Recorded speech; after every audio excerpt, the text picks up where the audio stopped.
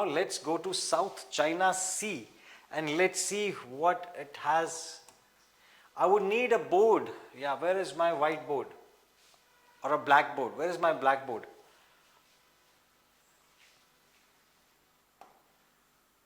Here it is.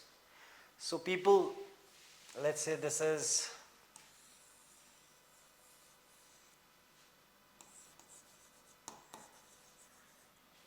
China. All right. So China is not a landlocked country. First of all, landlocked country means the country which does not have any water body around it. There is only land around it. That's what we call a landlocked territory or a landlocked country. And if we see the directions, this will be your north. This, oh, why no? And this will be your south. And yeah, now it is working. Thanks, Deepak. And this will be east. Now these are the water. It is surrounded by the sea. It's a sea. All right. So that gives it a name, South China Sea. All right. So that this part gets the name as South China Sea. This will become your east, just because it is in the southern side of China. This is in the eastern side of China. It's the same sea that will flow. And we have neighboring countries also. On this side we have Vietnam. In fact, let's have a quick look at the map and then we will be able to understand, because there are certain terms that we will be using, when we have to explain about the South China Sea issue. What is the issue? There are 7 to 8 different countries, and what is the importance and relevance of South China Sea and why China wants it so desperately. There are a few reasons to that, and why they are actually claiming it to be one of theirs. 90% of South China Sea is what they are claiming that belongs to them, and what is the logic behind that. In a way, it's true as well. Let's see. So let's go back to the map. So this is what it is, South China Sea. I just gave you a geographical relation to it. Since it's in south of China, we'll come back to this screen. But for now, let's go back to our desktop. And what is this?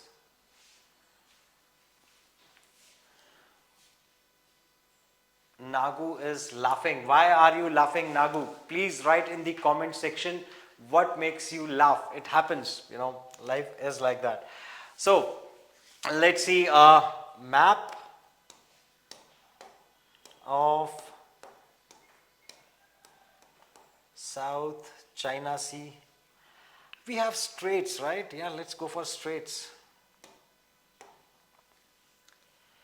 All right, so here we go. So which one is a good one for us? This one looks good to me. Now here we are, the map is here, and as you can see, this is China out here. Deepak, can you just focus on the map? So we have China out here, and we have Taiwan right here. Okay, that's an island just besides China, and we have Vietnam, as I had marked for you. We have Thailand, we have Cambodia, and we have Philippines, and also we see Brunei, Malaysia, Indonesia. This is also a part of Malaysia, and the important part, this is the red lines that you see. How many of them? 1, 2, 3, 4, 5, 6, 7, 8, 9. Earlier there were 11 lines that were drawn by China, but they gave 2 lines to Vietnam. In early 50s this happened, and in late 40s there were 11 lines altogether that China had marked on the map, claiming that territory to be their own. So these are all dashed lines. These are called as dashed lines. So earlier there were 11 dashed lines, but then in early 50s, I think 53, they changed it, after a regulation from United Nations, they changed these lines to 9. So that is 11 9 dashed lines concept. Now what happens is, there are, now if you see here, Vietnam is here and China is here. Now Gulf of Tonkin is here, and there is a Taiwan Strait. We have Taiwan over here, and there is a space between these two countries, and that forms a strait. Now whenever a trade needs to happen, कोई भी व्यापार अगर हो रहा है, anything that is being traded, a sea route is followed, this strait is being utilized out there. And a similar strait exists between Philippines and China. A similar strait exists between Malaysia and China. And also there is, out here we will get, they connect to Indian Ocean as well. There is a strait that connects to Indian Ocean as well. Now if China gets control over this entire region, they will have the control of the entire trade. That's point number 1. Alright. And why they mark this as their own territory? There are certain rules and regulations. For India to say that this much land belongs to us. Similarly, for any country to say that, this part of the sea belongs to us. There are certain nautical miles that every country can claim. So I think it's 12 nautical miles. So let's see that as well. So if that happens, let's say it's 12 nautical miles. So China will have control from this to this region till this part. And owing to this, these dotted lines, everything belongs to them. Now what happened is, this is like, 4 or 5 cousin brothers, they are all, or brothers, let's say, they were all together once, and now they want to split the property amongst themselves. It's like a property dispute that is happening here. Just to put it in simple terms. Now one brother says, I want the majority of it because I have been cultivating this land for centuries. The others say, we have been cultivating a small part of land, but we want an equal share because the division is being done now. So who is right? Who is wrong? So it's very difficult. We need to get into a lot of discussions, and a lot of parties will have to compromise, and some of them will have to compromise in order to have a settlement done. Now that is what is precisely happening here. And owing to this, now China claims, because there are certain islands, if you see here, there are certain islands present here. Now what happened, these islands were earlier a part of China. And some of them actually, there is a lot of tectonic movements that happen, tectonic plates move around, and there are a lot of earthquakes that happen beneath the sea also, owing to which these islands actually drowned. They do not exist anymore. So China says, I will rebuild, or they actually rebuilt these islands. They say we are rebuilding. The moment they rebuild, it becomes their territory or their landmass. And those nautical miles of that sea will be their territory. Now how many of those nautical miles? Let's see. International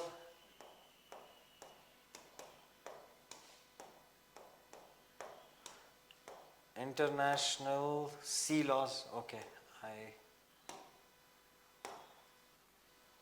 according to 1982 convention, each country's sovereign territorial waters extend to a maximum of 12 nautical miles beyond its coast, but foreign vessels are granted the right of innocent passage through this zone. So according to this article, we have for 12 nautical miles it will belong to them.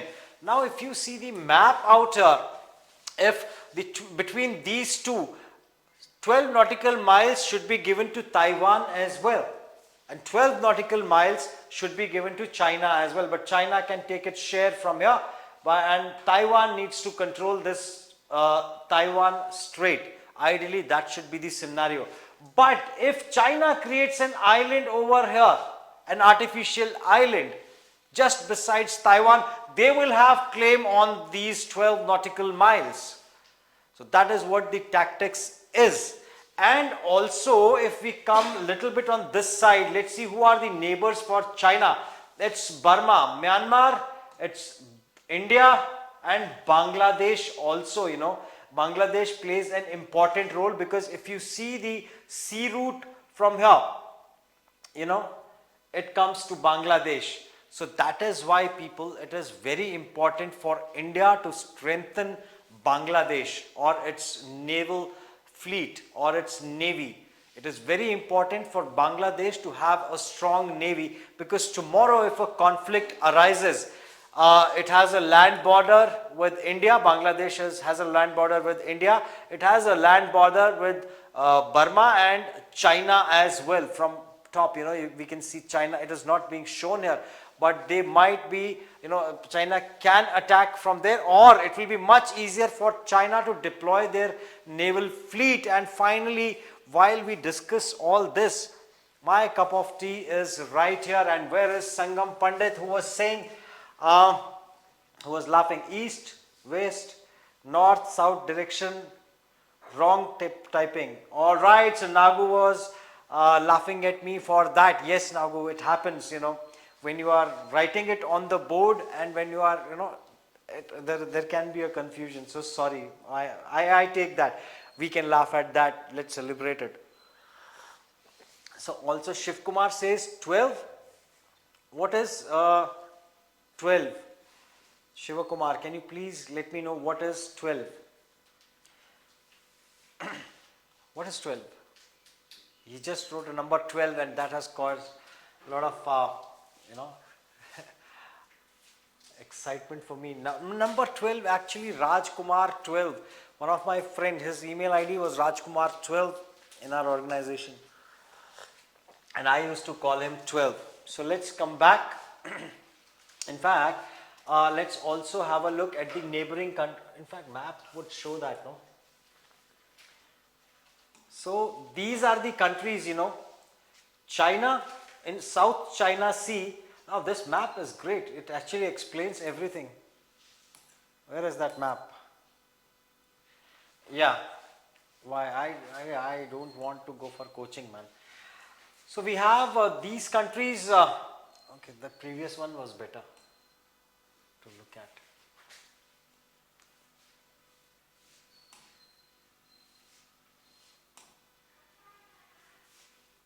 Where did my map go? Yeah. So claims. Now these are the countries that actually claim the South China Sea. We have China, we have Taiwan, we have Philippines, Vietnam, Malaysia and Brunei. Now these are the countries that also claim their 12 nautical miles in the South China Sea region. And moreover, what India did, why is it, what is the challenge for India out there? We have India's, the part out there, the Vietnam part, we saw that. Where is Vietnam? Yeah. We have the Malacca Strait is also there. That is also of prime importance. These are the different straits that exist, or the trade routes. Now, India is actually facilitating Vietnam for exploring the natural resources, specifically oil. Now India is facilitating that. India is investing in that. ONGC actually is the corporation that is involved. Oh, we have a biscuit as well. I'll take it later on. I will not be eating on the show. I can have a cup of tea or coffee, but I'll not be eating during the telecast. Now what happens here is, where were we? All right. So yeah, we were at the ONGC. So now ONGC actually started a project, and also India gives a credit line to these nations to facilitate. Vietnam is not rich enough, so India gives them a credit line. They give them a credit also. They have to pay a nominal interest for that, for whatever amount of money that they use. And also India facilitates their growth and development. See, that is how business is done, or that is how trading is done. But India does not intend to claim Vietnam or to occupy Vietnam. But China, on the other hand, has a different policy.